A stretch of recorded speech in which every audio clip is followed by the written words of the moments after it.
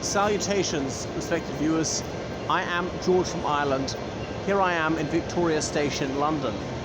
And you can see behind me the plaque indicating that this platform, Platform 8, is where the unknown soldier arrived by train on the 10th of November 1919, 364 days after the end of the First World War. So you may know that the guns fell silent on the 11th day of the 11th month at 11 o'clock in the morning, 1918, after almost 4.5 years of war. The bloodiest war in European history, not the bloodiest war in world history, since the Taiping Rebellion in 19th century China had claimed more lives than the First World War had. In those days, people sometimes called it the Great War for Civilization. It was the Germans called it Weltkrieg rather than Great War, as World War. And there is Platform 8. So Victoria connects London to the southern coast of England, and of course commercial flights didn't exist back then, so people used to travel between the British Isles and the continent by ship. So the First World War was over and the nation was wounded, was in mourning.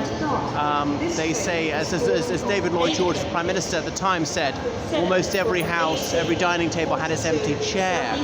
There are a few grateful villages in what not a single man was killed.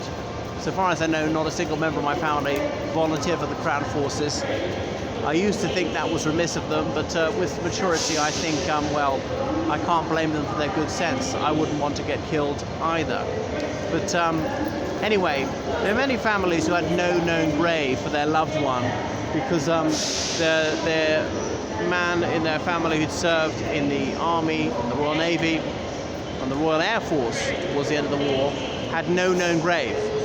Perhaps his body had been recovered but just blown beyond recognition, the face blown off, found months after death, just rotten away. They had no dog tags back then, or some sailors who had no grave but the sea. So it was decided that something ought to be done for those families who had no place to mourn their loved one. So His Britannic Majesty's government decided that they would randomly pick a British corpse from France. They could tell by the uniform that he was a Britisher, and they would repatriate his corpse in a coffin brought to this platform here, and then the next morn conveyed from here on a horse-drawn carriage to Westminster Abbey, which lies not a mile yonder, and then he'd be given a state funeral, buried with all the pomp and circumstance of a monarch, and he would stand for every soldier or sailor whose mortal remains could never be recovered, so that the families of the fallen who had no tomb at which to mourn their loved one could go there and imagine it was their man.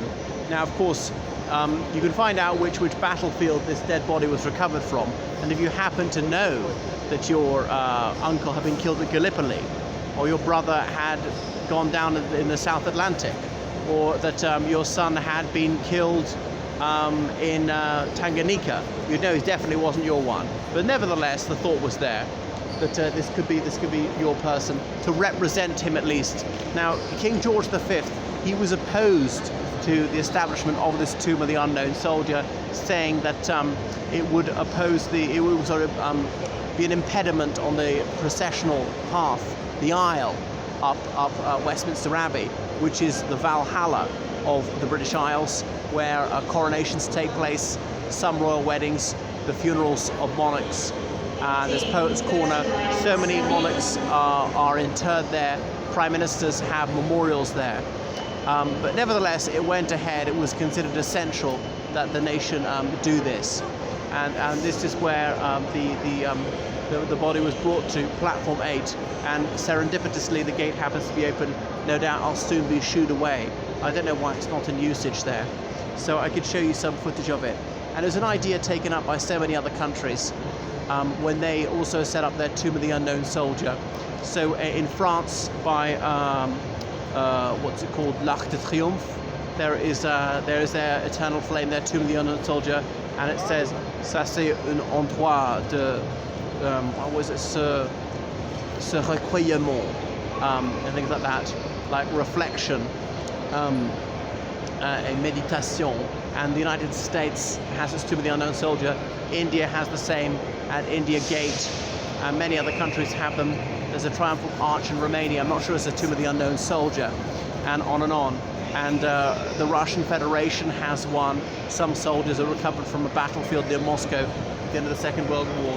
So here these men are guarding the coffin train, and then more images of it.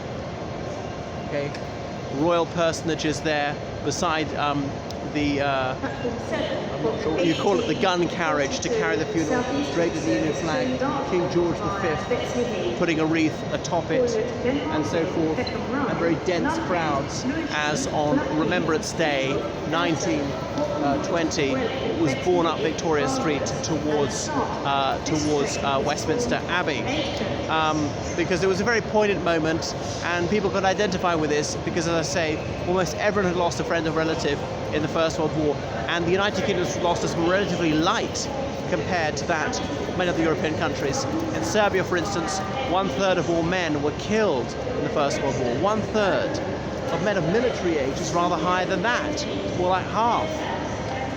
So there you see, there it is in Westminster Abbey, and obviously it's built into the floor, slightly raised, the Tomb of the Unknown Soldier. Of course, these days with DNA, if we exhumed the cadaver from the skeleton that's left, they'd be able to determine the identity of the person, but I've not heard anyone suggest that ought to be done, because that would spoil the anonymity of it, the fact that he's an everyman. He could stand for so many soldiers and sailors whose bodies were never recovered or else never identified, because there are many, I've seen many of these Commonwealth war graves cemeteries in France and Belgium, where their headstone will simply say a British soldier known unto God.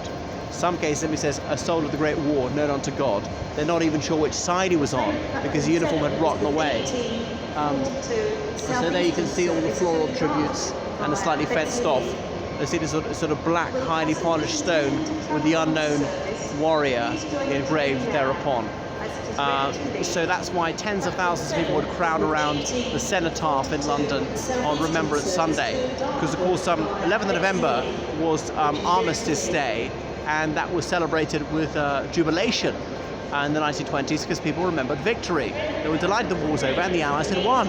People speak about it so mournfully, you'd be forgiven for thinking the Allies lost. And then obviously only 1 year in 7 does Armistice Day happen to fall upon a Sunday. And so the Sunday and the Armistice Day were usually separate. And the Sunday really was a maudlin occasion on which people recalled those who'd been killed in the First World War. Anyway, I wish the First World War had been avoided. I don't know of anyone who thinks otherwise. So please subscribe to me and book me for online lessons. Make sure you follow me on Instagram, on Patreon, on Twitter, and thank you so much for your donations on PayPal, georgecallahan79@gmail.com, and on Patreon. Shiri bye bye.